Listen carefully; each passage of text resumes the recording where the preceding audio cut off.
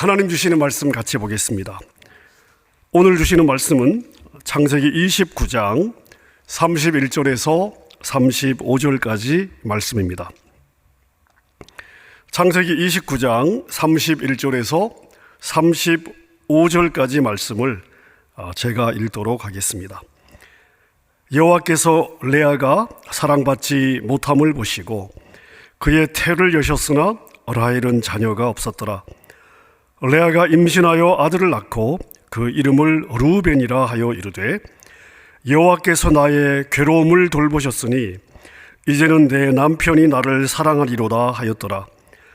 그가 다시 임신하여 아들을 낳고 이르되 여호와께서 내가 사랑받지 못함을 들으셨으므로 내게 이 아들도 주셨도다 하고 그의 이름을 시므온이라 하였으며 그가 또 임신하여 아들을 낳고 이르되 내가 그에게 새 아들을 낳았으니 내 남편이 지금부터 나와 연합하리로다 하고 그의 이름을 레위라 하였으며 그가 또 임신하여 아들을 낳고 이르되 내가 이제는 여호와를 찬송하리로다 하고 이로 말미암아 그가 그의 이름을 유다라 하였고 그의 출산이 멈추었더라.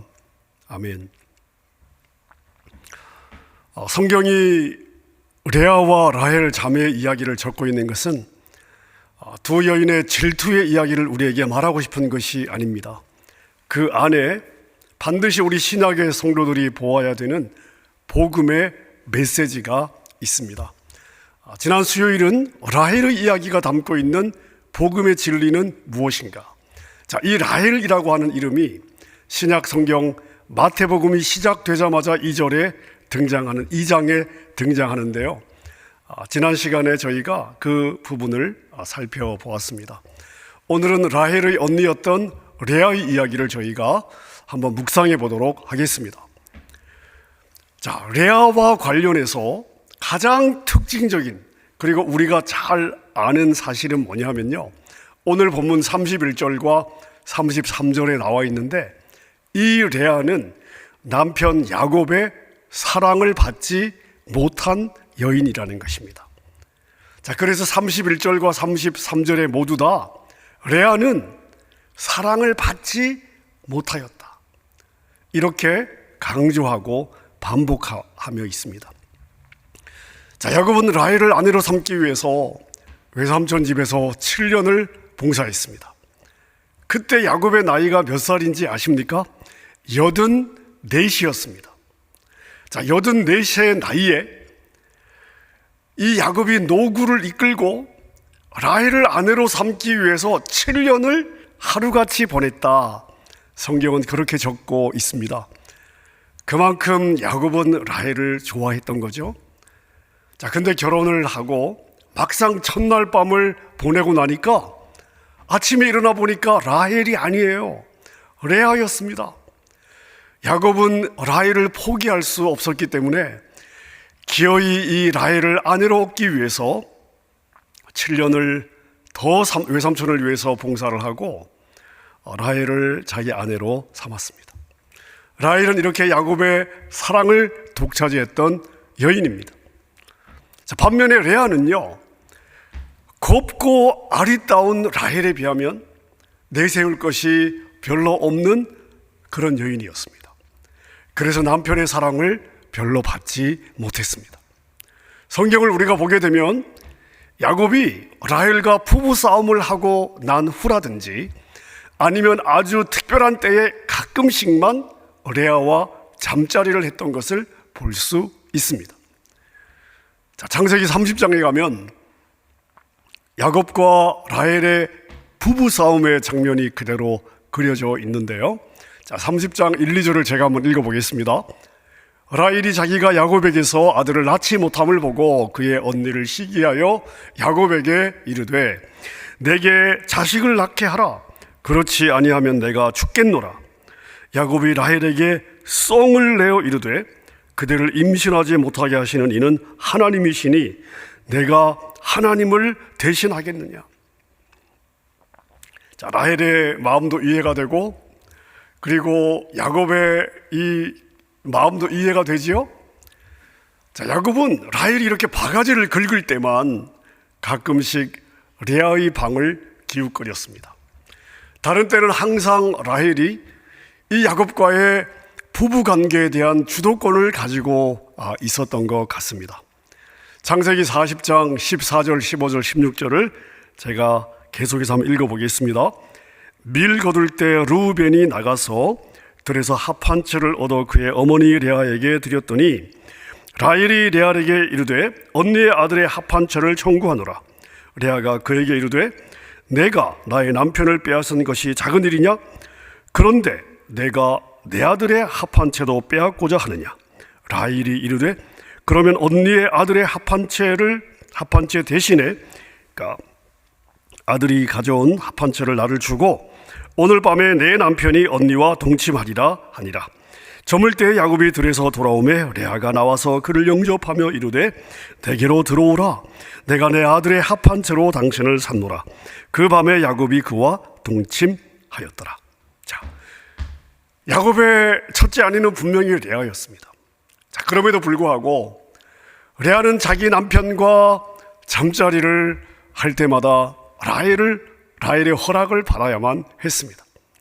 자, 조금 전 구절에 합 한 채라고 하는 것이 나오는데요. 이것은 그 당시에 임신 촉진제로 여겨졌기 때문에 자식이 필요한 여인들에게는 아주 귀하게 여겨졌던 것입니다. 자, 그러니까 레아가 남편과 한번 동침하기 위해서는 이런 귀한 물건을 라헬에게 주고 허락을 받아야 했던 것이죠.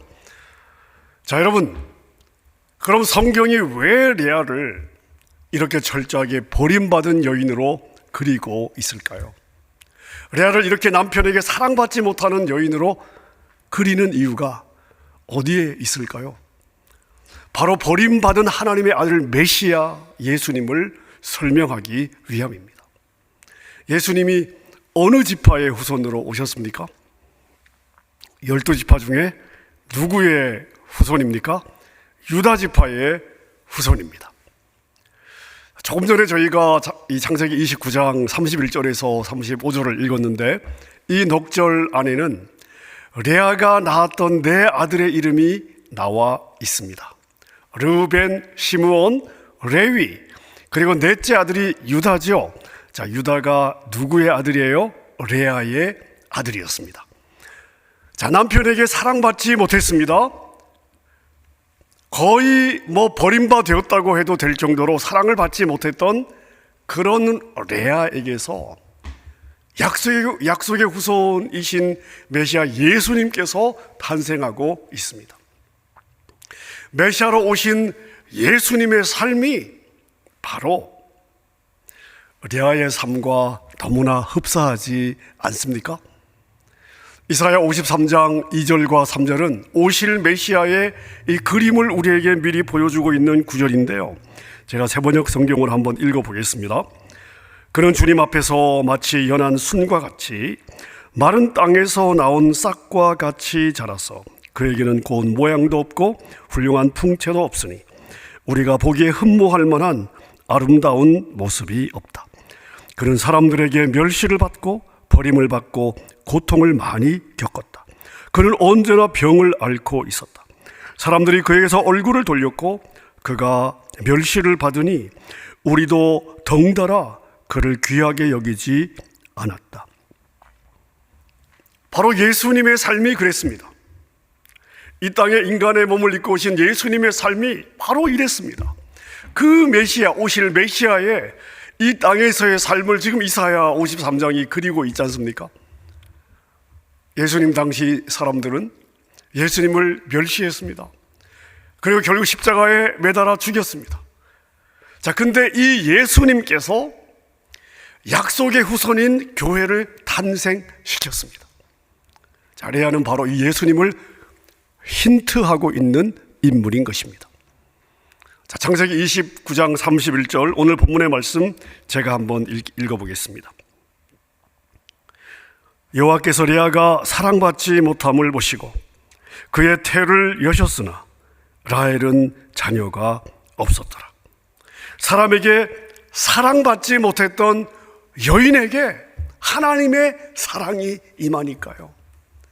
메시아를 탄생하는 이 조상 유다가 나오지 않습니까? 오늘 말씀을 제가 묵상을 하면서 마태복음 1장을 한번 보십시오. 예수님의 족보가 등장을 하는데요, 예수님의 족보에 등장하는 5명의 여인 가운데 4사람이 다 전부 이런 문제를 가졌던 여인들입니다.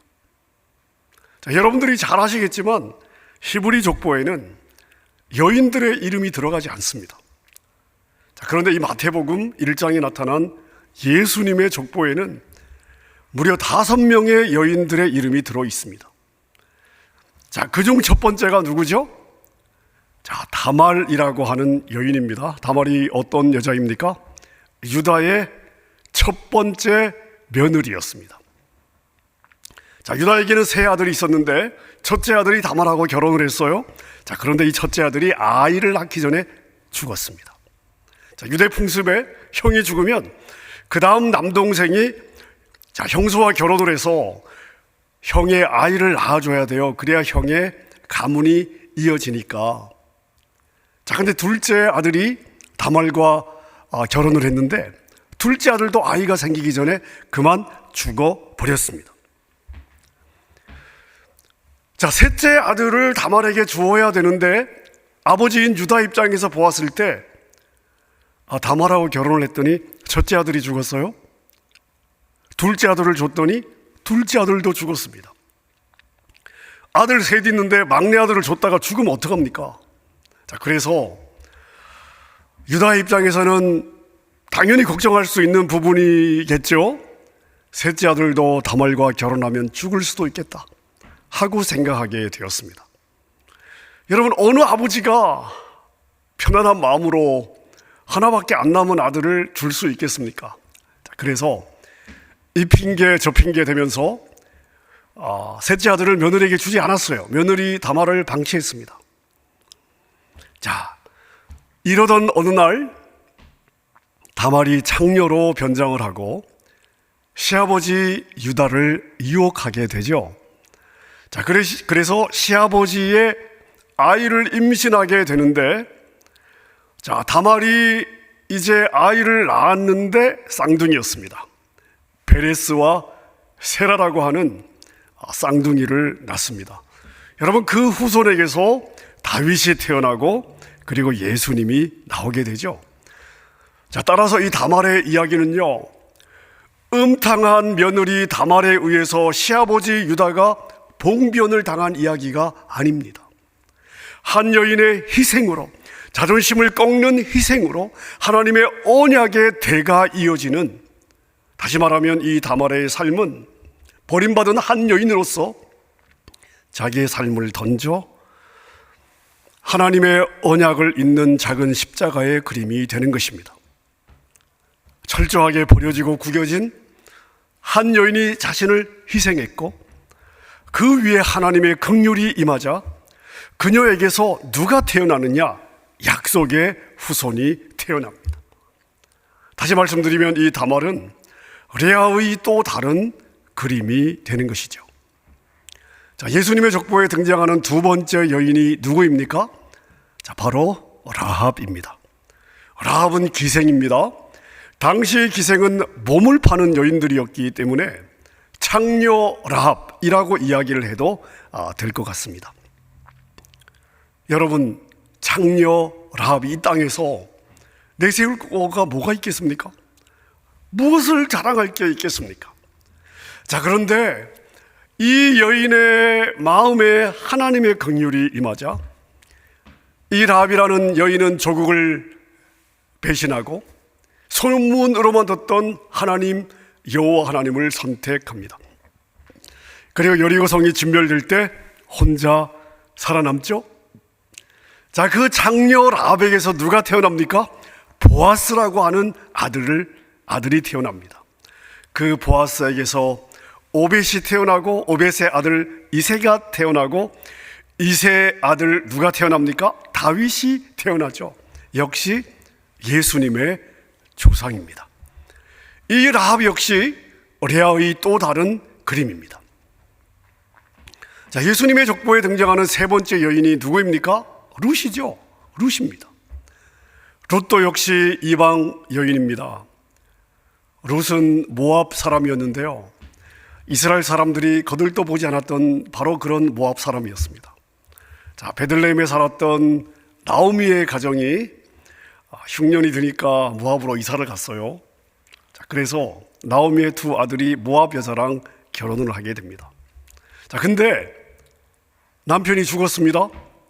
이어서 남편의 남동생도 죽었습니다. 그리고 곧 이어서 시아버지도 죽었습니다. 참 어떻게 보면 기구한 운명의 여인입니다. 자, 그런데 이 시어머니가 고향으로 돌아갈 때에 룻이 어떤 선택을 합니까? 자기의 고향, 자기가 태어나서 자란 모압을 버리고, 남지 않고 버리고 그 시어머니를 쫓아 그 시어머니의 하나님을 섬기겠다고 시어머니를 따라 베들레헴으로 들어갑니다. 거기서 누구를 만나죠? 보아스를 만납니다. 예수님의 조상입니다. 다윗의 할아버지예요.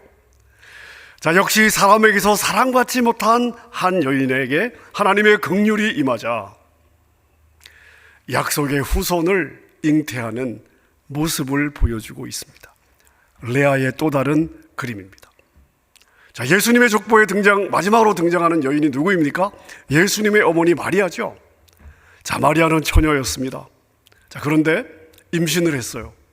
남편 요셉은 이 사실을 알고 마리아를 조용히 끊으려고 했습니다. 그 말은 무슨 말인가 하면 남편인 요셉은 마리아의 불륜을 확신했다는 이야기입니다.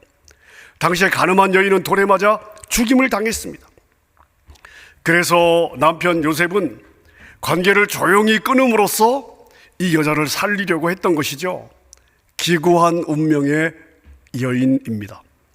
뿐만 아니라 아들로 태어난 예수께서 자기에게 뭐라고 이야기를 합니까? 누가 내 모친이며 누가 내 형제냐? 아버지의 뜻대로 행하는 자가 내 모친이요 내 형제다.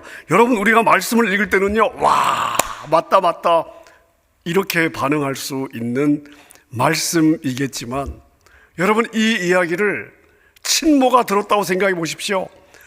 어미의 가슴에 칼을 꽂는 말이 될 수도 있습니다. 자, 그런데 바로 그 여자에게서 약속의 후손 누가 태어납니까? 하나님의 아들 메시아 예수 그리스도가 태어납니다. 자, 여러분 보세요. 사랑받지 못했던 레아의 그림이 연결되고 있습니다. 다말과 룻과 라합을 거쳐서 마리아에게로 이어지고 있습니다. 자, 그리고 그 끝에 누가 서 있습니까? 약속의 자손 예수 그리스도가 서 있습니다. 자, 그럼 이 네 여인의 공통점이 무엇입니까? 전부 이 세상에서 인정받지 못했던 여인입니다. 사랑받지 못했던 여인입니다. 멸시의 대상이 되었던 여인입니다. 자, 그런데 그들이 다 누구와 연결이 되어 있어요? 예수님과 연결되어 있습니다. 여러분, 이게 그들의 복이에요. 오늘 창세기 본문의 레아는 바로 그 여인들의 모형으로 등장하고 있습니다. 즉, 사람의 사랑은 받지 못하였으나 하나님의 사랑을 받아 약속의 후손을 잉태하는 자들, 복된 자들이죠. 자, 그럼 성경이 이것을 통해서 말하고 싶은 것이 무엇일까요? 사람이 이 땅에서 겪는 기구한 운명이 있습니다. 어떻게 인생이 이렇게 꼬일 수 있을까? 인생이 살면서 참 다른 사람이 보았을 때 참 불쌍한 처지에 빠질 수 있습니다. 이해할 수 없는 너무나 당혹스러운 상황을 지나갈 수 있습니다. 여러분, 이게 복의 기준이 아니라는 것입니다. 왜 나는 건강하지 않은가? 왜 나에게는 문제가 연이어서 이렇게 일어나는가? 여러분, 이것이 복의 기준이 아니라는 것입니다. 여러분, 복은 무엇입니까? 여러분, 성경이 말하는 복은요, 예수 그리스도와 연결되는 것이 복입니다. 예수 그리스도의 지체가 되는 것이 복입니다. 예수 그리스도와 끊어진다는 것은 이 세상에 어떤 값진 것을 소유한다 할지라도 저주인 것을 우리가 알아야 되겠습니다. 따라서 우리 성도들은 우리가 가진 소유나 인기, 명예 등에 관심을 가져서는 안 됩니다. 가난하다고 해서 기죽을 이유가 없습니다. 망했다고 해서 부끄러워해야 될 이유가 없습니다. 못 배웠다고 해서 주눅들 필요도 없고, 약하다고 해서 숨을 이유도 전혀 없습니다. 내가 비록 지금은 레아처럼, 다말처럼, 기생 라합처럼, 이방 여인 룻처럼, 기구한 마리아처럼 기가 막힌 상황에 있을 수도 있습니다. 하지만 예수 그리스도가 나를 낳았습니다. 나는 예수의 사람입니다. 나는 예수께 속한 사람입니다. 여러분, 이 믿음만 있으면 여러분은 복된 인생인 줄로 믿으시기를 바랍니다. 다시 말씀드리면, 어떤 상황이라 할지라도 내가 예수 그리스도와 연결만 되어 있다면, 여러분, 우리는요, 세상의 어떤 사람과 비교할 수 없는 복된 인생이다. 이것이 여러분에게 아멘이 될 수 있기를 바랍니다. 여러분 보십시오. 레아는 남편은 야곱의 사랑을 전혀 받지 못했던 여인입니다. 얼마나 사랑을 받지 못했으면 성경이 레아는 남편의 사랑을 받지 못하였더라, 이것을 반복해서 이렇게까지 강조하고 있겠습니까? 하지만 사람의 사랑은 받지 못하였지만 레아의 인생을 보십시오. 예수 그리스도, 여러분, 이 족보의 제일 끝에 있습니다. 또한 죽어서 야곱의 열조에 묻힌 사람은 라헬이 아니에요. 레아입니다. 다시 말하면 라헬이 아니라 레아가 아브라함과 사라, 이삭과 리브가와 한 무덤의 장사가 됩니다. 그리고 마지막에 야곱도 라헬의 무덤이 아니라 레아와 함께 열조의 무덤에 장사되는 것을 보게 됩니다. 창세기 49장 29절부터 제가 한번 읽어보겠습니다. 그가, 야곱이죠, 야곱이 그들에게 명하여 이르되 내가 내 조상들에게로 돌아가리니 나를 햇사람 에브론의 밭에 있는 굴에 우리 선조와 함께 장사하라. 이 굴은 가나안 땅 마므레 앞 막벨라 밭에 있는 것이라. 아브라함 햇사람 에브론에게서 밭과 함께 사서 그의 매장지를 삼았으므로 아브라함과 그의 아내 사라가 거기 장사되었고 이삭과 그의 아내 리브가도 거기 장사되었으며 나도 레아를 그곳에 장사하였노라.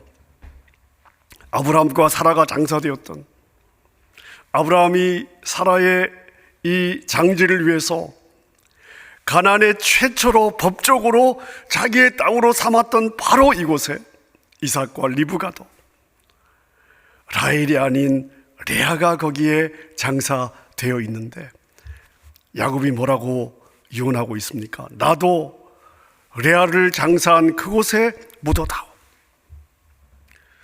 여러분, 그렇다면 하나님의 복은요, 사람의 복과 인간의 사랑과 비례하지 않습니다. 내가 얼마나 사람의 사랑을 받느냐, 이것이 내가 얼마나 하나님의 복을 받았느냐를 말해주는 것이 아니에요. 따라서 부자나 세상적으로 성공한 사람은 복을 받은 사람이고, 가난하고 천한 직업을 가진 사람은 복을 받지 못한 사람이다. 여러분, 이 개념은요, 절대로 성경적인 개념이 아닙니다. 하나님의 복은 이 땅에 눈에 보이는 것과 아무런 상관이 없습니다. 오히려 우리 조상들은, 우리 성도들은, 여러분, 우리 성도들은 그런 세상의 복을 조롱할 수 있어야 합니다. 세상은 자기들이 하부해 놓은 가치를 통해서 사람들에게 폭력을 행사할 때가 많습니다. 사람들이 모여서 사람들의 의식 속에 이것이 가치다, 자, 그것으로 사람들에게 폭력을 행사하는 겁니다. 여러분, 돈의 권세가 얼마나 강한지 아시죠? 사람들은 돈에 살고 돈에 죽습니다. 이 말이 지나치지 않을 정도로 물질에 약합니다. 명예는 어떻습니까? 세상은 자기 마음대로 어떤 것은 귀하고 어떤 것은 천한 것이라고 순위를 매겨 놓습니다. 그리고 자기들이 정한 귀한 것을 성취한 사람들은 그것을 성취하지 못한 사람들을 멸시하고 천대하고 그리고 홀대하고 업신여기죠. 근데 보십시오. 세상이 정한 그 순위라는 것이 항상 똑같지 않습니다. 어떤 때는 기업체 사장이 최고의 순위로 올라가기도 하고 어떤 때는 의사가 최고의 순위가 되기도 하고 어떤 때는 변호사가 최고의 순위가 되기도 하고 요즘 보니까 연예인들이 최고 순위에 올라가는 것 같습니다. 요즘 유튜버들도 이 상위권에 올라가는 것 같습니다. 여러분, 이렇게요. 사람이 정한 이 가치의 기준이라는 것은 시대에 따라 상황에 따라 그때그때 매기는 순위에 따라 다 다르죠. 사람들은 그것에 따라 이리 몰려가고 저리 몰려가는 그런 삶을 많은 사람들이 살고 있습니다. 세상은 그것에 의해서 움직인다고 해도 과언이 아닐 것 같습니다. 자, 우리는 어떻습니까? 여러분, 우리는요, 그런 것에 휘둘려서는 절대 안 되는 거죠. 그런 세상을 조롱할 수 있어야 되는 것입니다.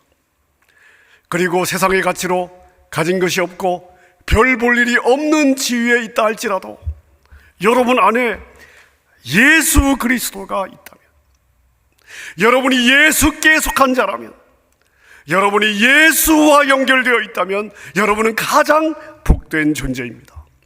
여러분, 이것이 여러분에게 아멘이 될 수 있기를 주님의 이름으로 축원합니다. 사랑하는 여러분, 여러분의 삶에 대해서 한번 생각해 보십시오. 우리는 모두 다 레아와 같은 자였습니다. 부족하고 연약하여 사랑받을 만한 것이 아무것도 없었던 자들입니다. 자, 그런데 하나님이 찾아오셨어요.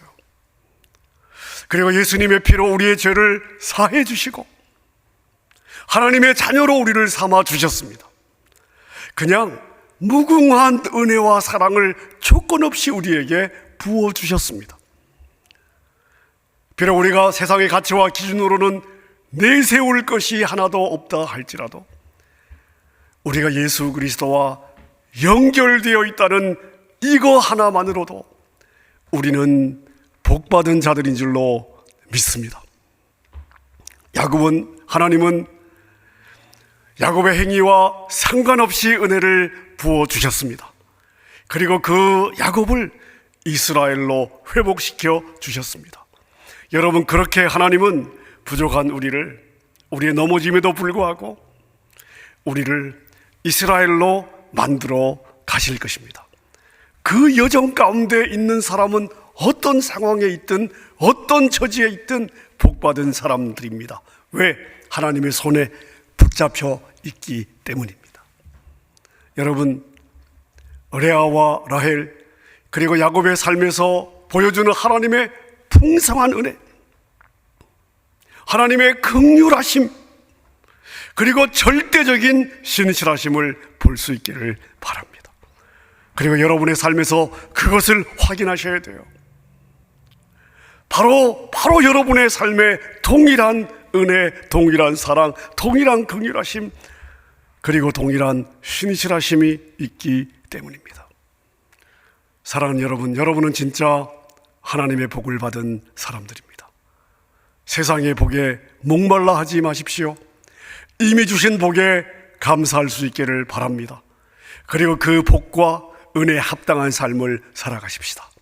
여러분의 삶이 다 그런 삶이 되시기를 우리 주님의 이름으로 축원합니다.